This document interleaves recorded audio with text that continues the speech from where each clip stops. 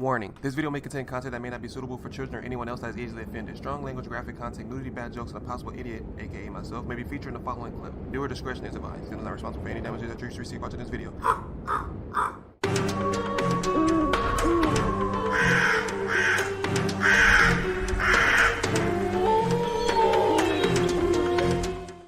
Hey, what's up, y'all? It's Zems, and welcome to 5 Horrifying Haunted Dolls 2 feature Mikey from Glam and Glore, Seriously Strange, Bob Rob Gavigan, or Rob Dyke, whichever you prefer. This video is about to be dope because one thing I hate is dolls, and one thing I like knowing about is creepy dolls because, for one, my great grandma used to have a whole room full of porcelain dolls, and that's the hate going down there to grab stuff when she needed me to grab stuff because the dolls were super creepy. It just felt like the eyes were following you around the room, and I just couldn't stand it. But if you guys haven't already, man, make sure you swoop down to the description box, click on that link, and go watch the video in its entirety while me pause it and stop it and talking through the whole thing. Yo, thank you guys so much for all that you do and all the support that you've been giving lately, man. Let's keep going. So also, be on the lookout for the live stream. When I say I'm going to be live streaming, just know that I'm talking about Sunday morning my time and Saturday afternoon, probably for you guys, or maybe Saturday night. But for now, let's get it. Dolls, so preciously powerless and delicate. Indeed. A benevolent object of a child's affection. Yes, indeed. A lovely little companion with ever-gazing and ever-empty eyes. No, not at all. But you have to wonder what those eyes have seen. Who held that doll once before? Yeah. What happened to them? And if that motionless, loving doll is so innocent after all. So this is what we're doing, huh? We starting off the video like this. Okay, bet. Just woke up, now my muscles is all tight and stuff after that jump scare. Okiku doll. In 1918, 17-year-old Aikichi Suzuki travels to Sapporo, Japan for a marine exhibition. Japan? While there, he searches for a gift to bring back to his 2-year-old sister, Okiku, upon his return. Browsing the shops of the shopping district, he finds the perfect souvenir. A doll, 16 inches tall, with dark eyes and hair. He purchases the figurine, unaware of the tragedy looming in his near future. Little Okiku was delighted with her present. So did that even look like an appealing doll? Like, who would? Ooh, I wouldn't even grab that. I'm sorry. It just looks creepy to me. No, let me know down in the comment section. Red flags everywhere. Much so that she even named it after herself. Okiku and her doll were inseparable. Wherever she went, her beloved doll was sure to be nearby. Unfortunately, a year later, Okiku caught a cold, which quickly turned out to be a severe case of influenza. The toddler eventually succumbed to her high fever and illness, devastating the Suzuki family. They kept Okiku the doll in their household altar and prayed to it in memory of their deceased daughter. Not knowing that's the tragedy hit the family hard, but they marched forward with their lives until one day they noticed something strange about the doll. When first purchased, the doll's hair was cut short at the shoulders with blunt ends, but now its hair extended past its chest, the ends ragged. Unnerved, the family trimmed the hair to its original style, but as time passed, the doll's hair once again grew. I don't know who gave this doll implants. They should look at mad stylists, but this is wild, bro. This is outrageous. This is creepy. I've never heard of this. This is something that you'd be like, you know what? I want to see it for myself. Let me watch from a distance, or give me a time-lapse video or something. You know, give me something to look at because I don't know what's going on. Family believe the strange phenomenon was the result of their daughter's unrested spirit residing within her precious doll. The Suzuki family moved in 1938, but they left the Okiku doll behind with priests at a nearby temple. The priests regularly trim the doll's hair, but it always grows back. The doll's hair was concluded to be human, but science has yet to explain the strange phenomenon. Today, Okiku still resides at the temple, where visitors from all over the world have traveled to see her. What temple? Bro, I gotta go see this doll, bro. Oh my gosh, I want to make a video on my vlogging channel and make sure you guys get to see this doll. I want to find out which temple it's at, and then I'm going to let you guys know. After the death of her sister in 2000, paranormal investigator Jane Harris was fascinated with supernatural phenomenon, specifically with haunted dolls, which is how she ended up with a doll named Peggy. Peggy's former owner claimed she suffered horrific nightmares and hallucinations caused by the doll. and even with the help of 2 priests, nothing could stop the barrage of emotional torment. 2 priests. Jane took the doll in hopes of studying it, and shortly after posting a few pictures of Peggy online, the emails came flooding in.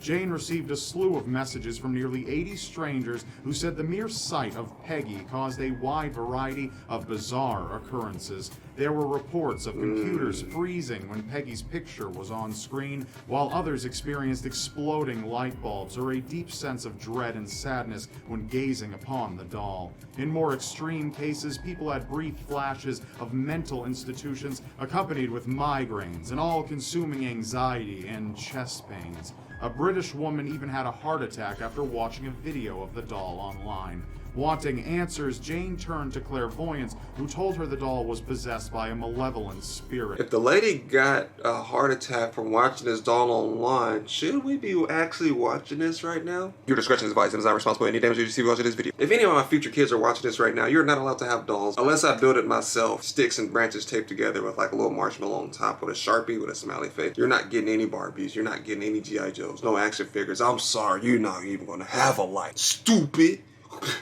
A survivor from the Holocaust who wished to do them harm. Jane herself complained of severe migraines and disturbing dreams after being around Peggy. She once tried to place a crucifix necklace over the doll, only to later find it gone.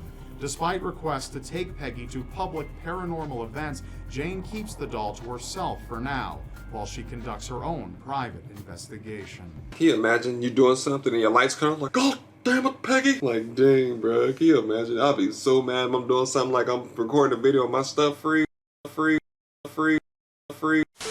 Letta, the gypsy doll. 1972, Kerry Walton visited an abandoned building to conquer a childhood fear. While exploring the house, he was terrified when he came face to face with a marionette doll sitting under the porch. Sufficiently spooked, he grabbed the doll and returned home, where he tried to ignore how uneasy it made him feel. Red flag. But curiosity got the better of him, and he took the doll to an antique museum, hoping to trace its origins. Museum workers concluded the nails attaching the doll's feet to its legs were over 200 years old, and based on the style of doll, they believed it came from Eastern Europe. But answers did nothing to stop the strange activity. When the doll was taken outside, it rained without warning, and picture frames fell from their places wherever the doll went.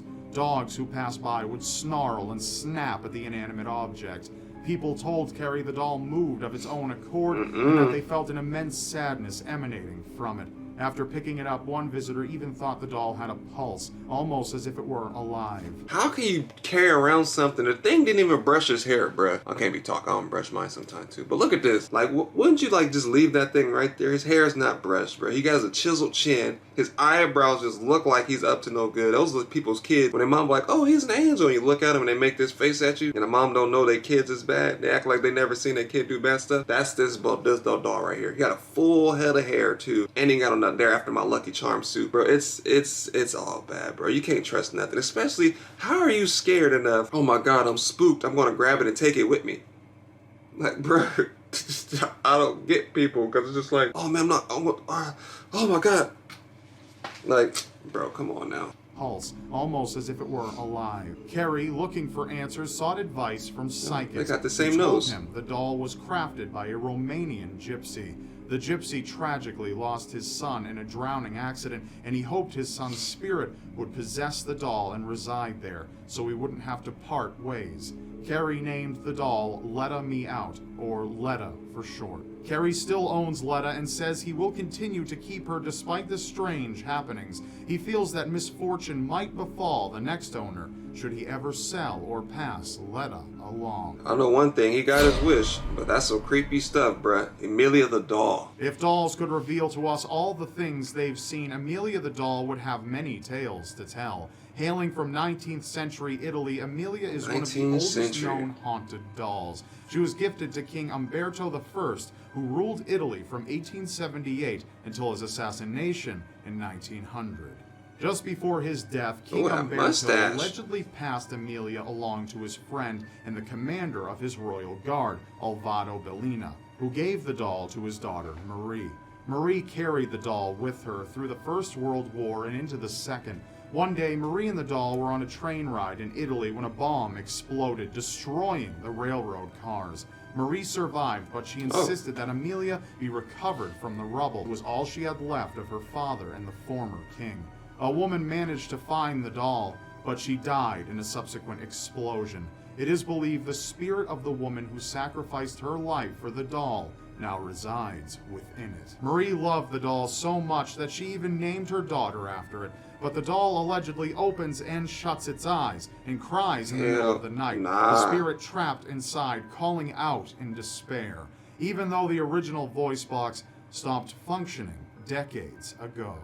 So, is the voice of the doll the lady that saved it? I mean, we just said that. I mean, we're just making assumptions now, but that's crazy, dude. How did her spirit get trapped into a doll? Do you think her heart was so set on saving a doll that she got attached to a doll as well? Because most of the time when people die and they attach themselves to something, they had to have some kind of connection to the item during some point in their life, you get what I'm saying? But the fact that she just went back to get it because their father had died, or the train cars had blew up, her father gave it to her, she wanted it. So, person went back and got it, she died, and her soul possessed the doll. That's another thing that I'm kind of like, so what contemplates a haunting? Because the last story didn't really seem like it was a haunting. It just seemed like the dad wanted something so bad that his son came back and, possessed the doll because he wasn't ready to go yet, and it was something that his father wanted because his father didn't want his son to leave, which most parents, I understand, I get that. No parent wants to see their child die, but at the same time, it's just like, is there such thing as good hauntings? If that makes sense. Let me know down in the comment section, my paranormal people. Is there such thing as a good haunting and bad haunting? Or is it just a haunting in general?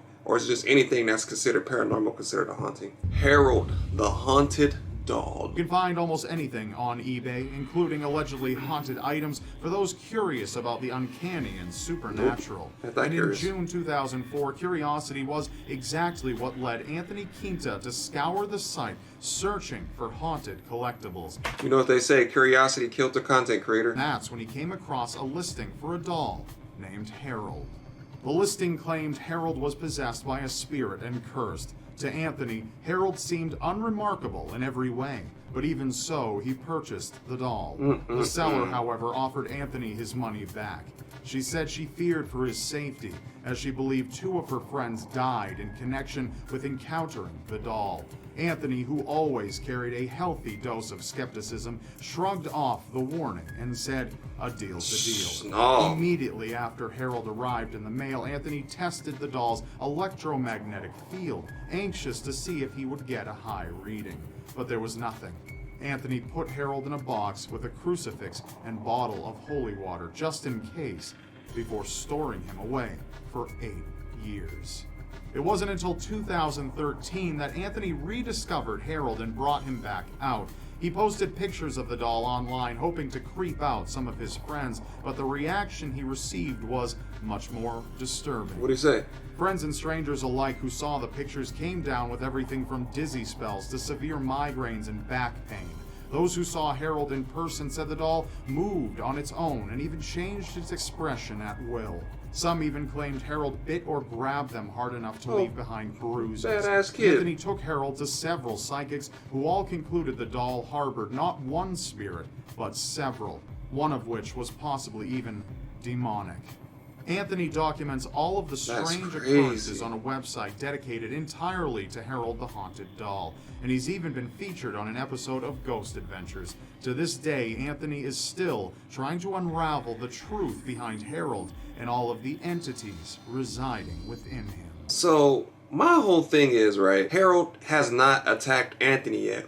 Why? Why hasn't he attacked Anthony? He went to Anthony's house. He let him put him in a box. He gave all these readings. Nothing popped up. But yet, he still haven't done anything to him. But the people posted the pictures with started experiencing back pains and migraines and whatever other side effects they were receiving after seeing this picture on Facebook, wherever he posted it at. Does this doll have a soft spot for Anthony only because he took him inside of his home when everybody else was trying to get rid of him and he wanted to keep him? Like, honestly wanted to keep him and not just use him for some kind of paranormal antics or, just stuff for their own greed. But he actually actually deep down inside wanted that doll around. It wasn't one or was multiple spirits. So you have to ask yourself, did he get the doll when one of the nicer spirits were possessing the doll? Or did they just give him the pass like, hey buddy, you can do whatever you want with us. You're good on our side, but everyone else got to pay. You get what I'm saying? Or when he took him back out 8 years later, was it pissed now? And it started causing havoc for everybody. I don't know. I wish I knew how this paranormal world works, but right now it's confusing. Some of the stuff makes sense, some of the stuff don't make sense. Why he's able to possess the doll and not experience anything, while other people that look at it and be in the same room as it experience it. So is the doll protecting him, or it's creepy? Let me know down in the comment section what you guys think, man. Hopefully you guys enjoyed the video. This video is by Rob Gaffigan or Rob Dyke, whichever you prefer. Be sure you swoop down to that description box, call that link, and go watch the videos in entirety. We'll be pausing and stopping and talking through the whole thing. Make sure you guys don't miss out on the live stream. I will send a notification out just to remind you guys, because I know some people are from Eastern, some people are from like Pacific, but it is what it is. But again,